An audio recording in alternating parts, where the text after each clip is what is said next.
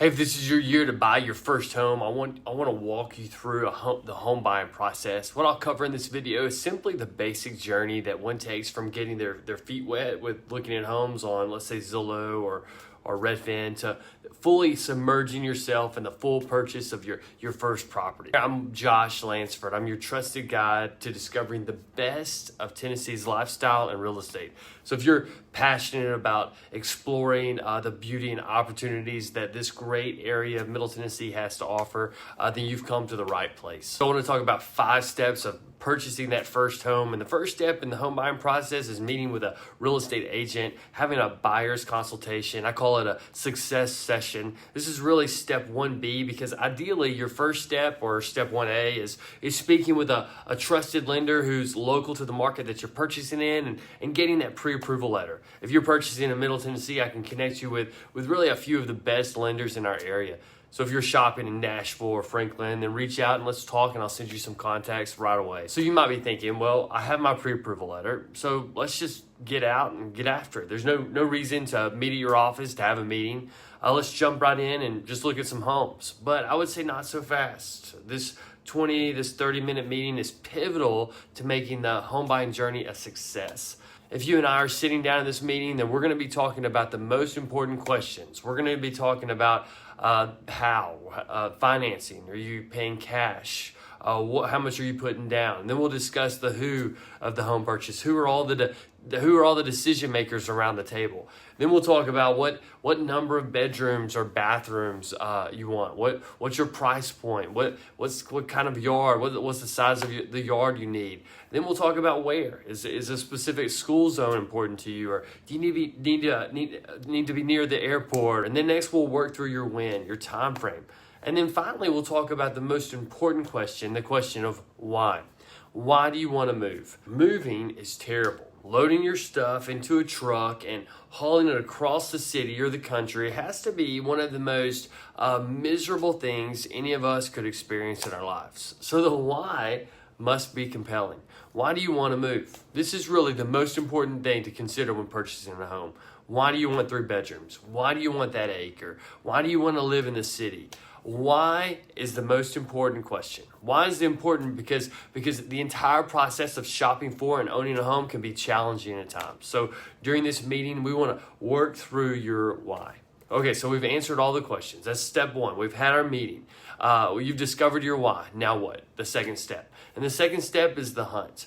I'll set you up on a search for properties from our MLS, and then along with those listings, you'll have your reticular activating system going, your RAS. It'll be in high gear. You'll be seeing yard signs and open house signs, homes on Zillow, homes on Redfin, homes everywhere. And we'll discuss your availability. We'll get into those homes, and we'll see which ones match what we've talked about in our meeting, what you've been looking for.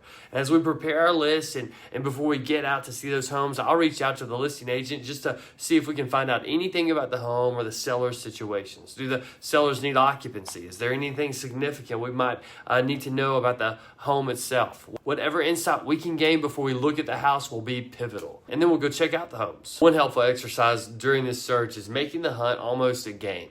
Imagine a comparison game that's similar to a visit to the optometrist. Your game is based on the premise that you have to make an offer on one of those homes that you're looking at during that day.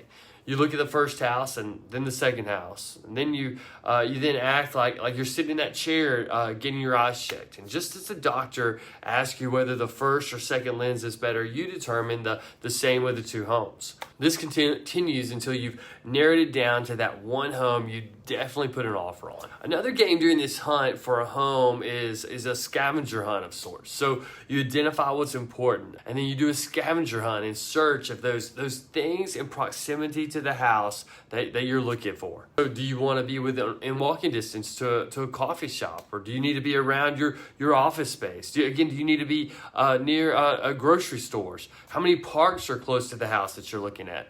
What's important to you, and can you find it near the house? So we've searched, we've found your home. The third step in this process is putting together an offer and submitting that offer. When we put together that offer, we're going to look at the purchase price, and then we're going to look at the list of contingencies that are on that contract. We're going to look at things like your financing contingency. We're going to look at the appraisal, whether or not we're doing an appraisal contingency. We're going to look at the inspection contingency. We're going to look at all of those things and write that offer up. We're going to submit that offer to the listing agent in a very clear and clean format. We're going to have every document that the listing agent would need as we submit that offer. We're going to keep in touch and contact with that listing agent, and we're going to make sure that your offer stands above any other offer that seller would get. So you submitted your offer, they've accepted your offer, and now what? Well, now you're going to submit your earnest money, and we're going to go through the fourth process, or the fourth step in this process,